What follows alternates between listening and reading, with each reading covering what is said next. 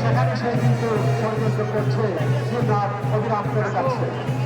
স্বৈরাচার মুক্ত আমরা হয়েছি, কিন্তু তার দোষরা এখনো বাংলাদেশের আনাচে রয়েছে, তারা ষড়যন্ত্রে লিপ্ত আছে। আমাদেরকে সজাগ থাকতে হবে।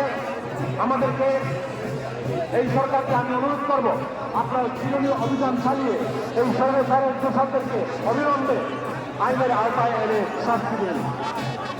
বাংলাদেশ মানুষ সেটাই চাচ্ছে। বন্ধুগণ, বাংলাদেশের মানুষ গত 17 বছর নির্বাচন ভোট দিতে পারে, তাদের ভোটের অধিকারের জন্য কিন্তু হাজার হাজার মানুষ প্রাণ দিয়েছে। আমরা ভোটের অধিকার চাই, যত শীঘ্রই আপনারা পারেন একটা সুস্থ নির্বাচন আয়োজন করে সত্যিকারের সরকার গঠনের ব্যবস্থা করে।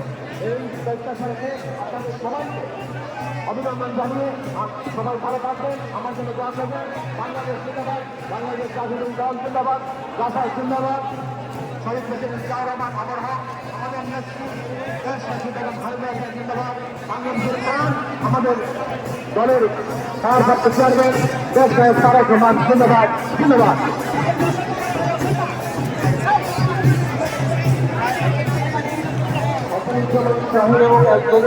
ইকবালের নেতৃত্বে তামিল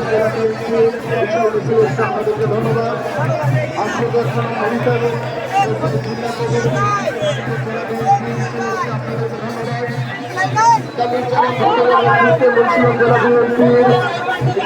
আপনাদেরকে ধন্যবাদ। খন্দকার আবু আপনাদের সকলকে ধন্যবাদ। এ পর্যায়ে বক্তব্য রাখবেন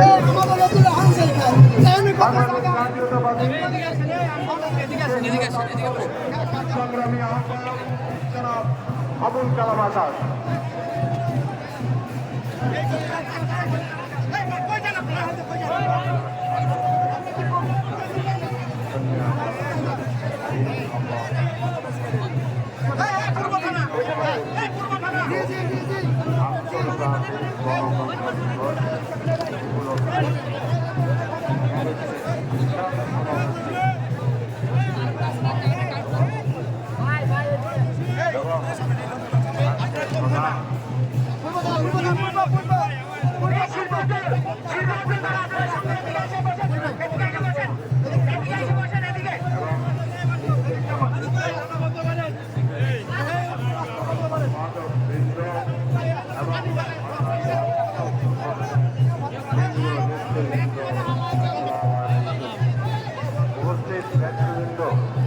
আমরা এই দেশে গণতন্ত্র চাই।